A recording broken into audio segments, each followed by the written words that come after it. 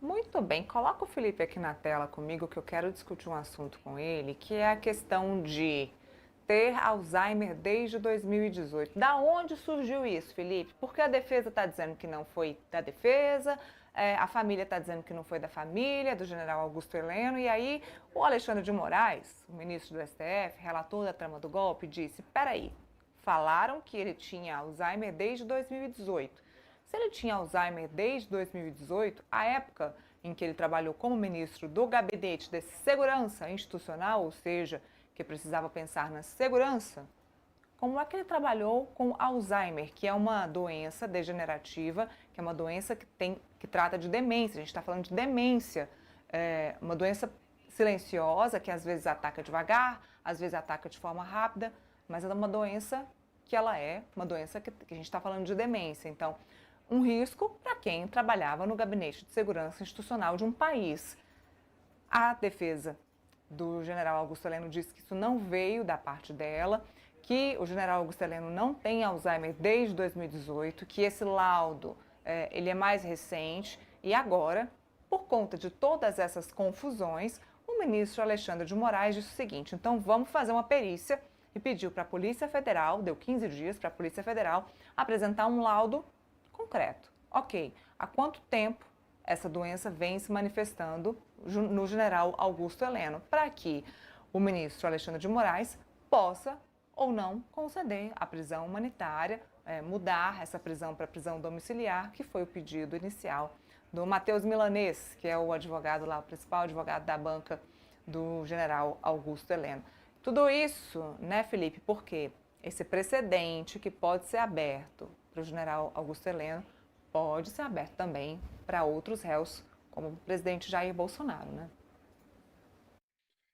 Neila, essa questão tem muitas camadas, né? A primeira camada é que o general Heleno falou na audiência de custódia que ele convivia com a doença de Alzheimer desde 2018, mas a defesa, ao apresentar o pedido de prisão humanitária domiciliar, apresentou os exames que concluíram, né, que ele convivia com Alzheimer, né, comprovadamente, né, desde 2025. É, ou seja, havia uma contradição. E a primeira camada que eu vejo é o seguinte, né, além de uma pessoa com Alzheimer desde 2018 não poder, né, ter capacidade plena de cuidar da inteligência do Brasil, né, poderia lançar dúvidas sobre a pena em relação ao Augusto Heleno. Né? Se ele estava com Alzheimer na hora que estava formatando, idealizando, né, o crime de atentado ao Estado Democrático de Direito, ele não pode ter a pena comum, né? Até porque ele estava fora da sua capacidade intelectual. Né? Então, isso que eu sinto, né, que o Alexandre de Moraes quer esclarecer. Né? A preocupação do Alexandre de Moraes é menos com a contradição em relação ao exame que fala desde 2025 o Heleno convive com Alzheimer e mais para se defender. Fala, poxa, o Heleno em 2018, 2019, 2020, 2021, 2022, ele estava com a sua capacidade intelectual plena. Logo, né, ele foi condenado à pena adequada para uma pessoa que estava na sua capacidade plena do momento que ele cometeu o crime. Por que eu falo isso, Neila? Porque a questão da doença de Alzheimer, é bom lembrar, e o pedido humanitário, na minha opinião, ela tem que ser concedida, né, a partir do momento que a pessoa tem uma doença grave, que pode piorar e se agravar com a prisão comum. Então, Augusto Heleno ele tem direito à prisão domiciliar humanitária, porque ele convive com uma doença degenerativa, uma doença grave.